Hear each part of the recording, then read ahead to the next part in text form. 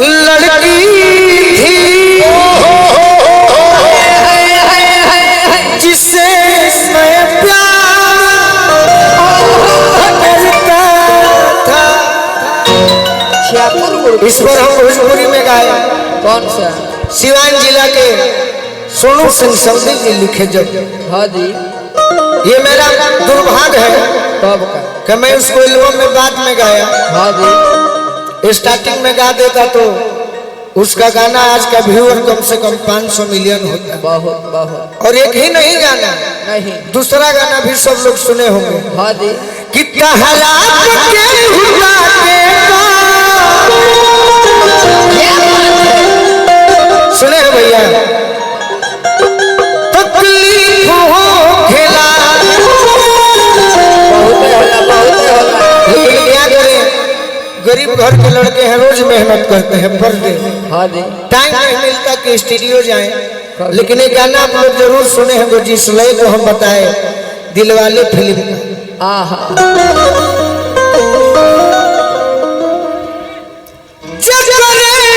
से लोभ भइलू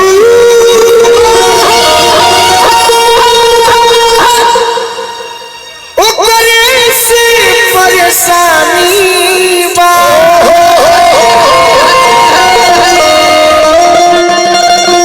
और इसमें बजाना है। हाँ जी। इसमें बजाना है। ये से ले ला। सनमी करमता लागे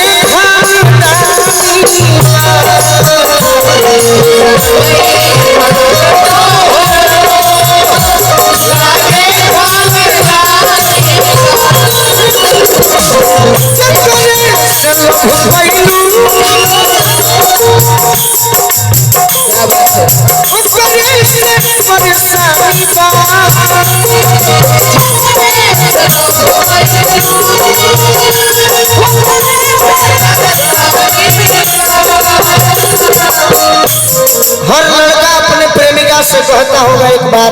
क्या कहता होगा? काश तू चांद होती और मैं सितारा होता।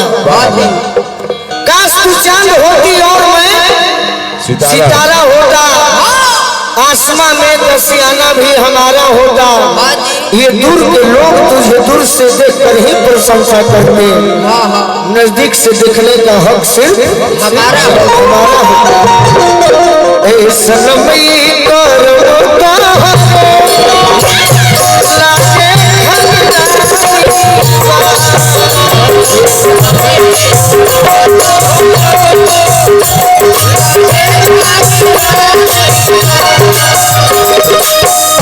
शर्मा जी के लिए बजाए।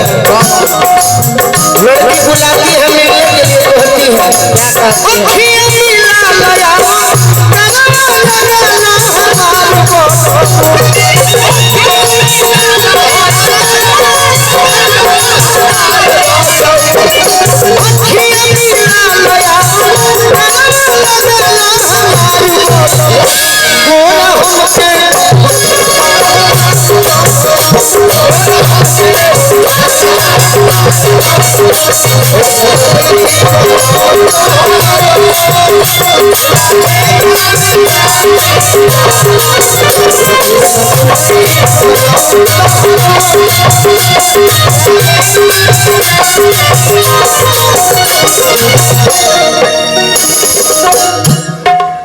बड़ी मेरा सौभाग्य है रंजीत भैया, सच कहता हूँ। बहुत बहुत। किस जगह पर ऐसे ऐसे बड़े भाई मेरे गीतों को सुने हैं।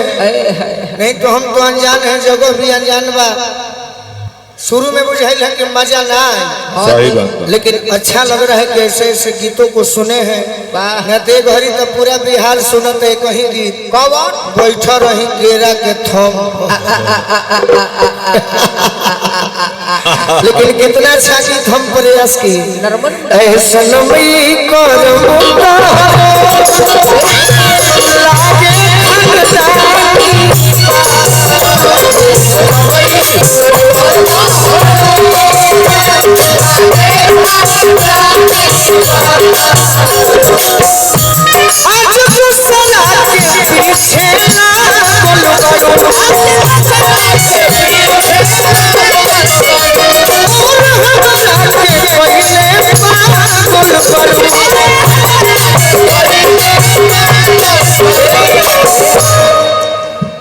के हमरा से प्यार अब चिन्हेलू ना यार। सुन लो कि सुन लो ये सोच मन में हो खतु हैरानी बात ये सनमी करम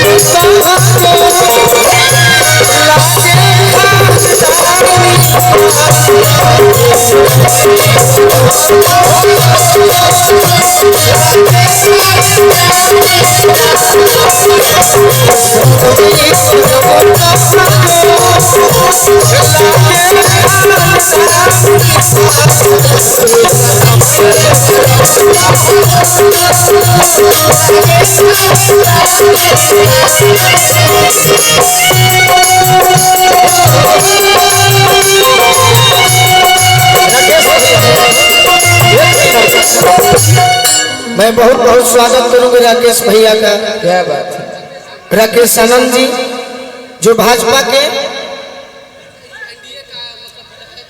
एनडीए के विधायक हैं, उम्मीदवार भी हैं और बहुत मान सम्मान दी। क्या बात है। कैमरामैन आप बहुत उनके फेवरेट आदमी हैं। फोटो खींची फोटो खींची।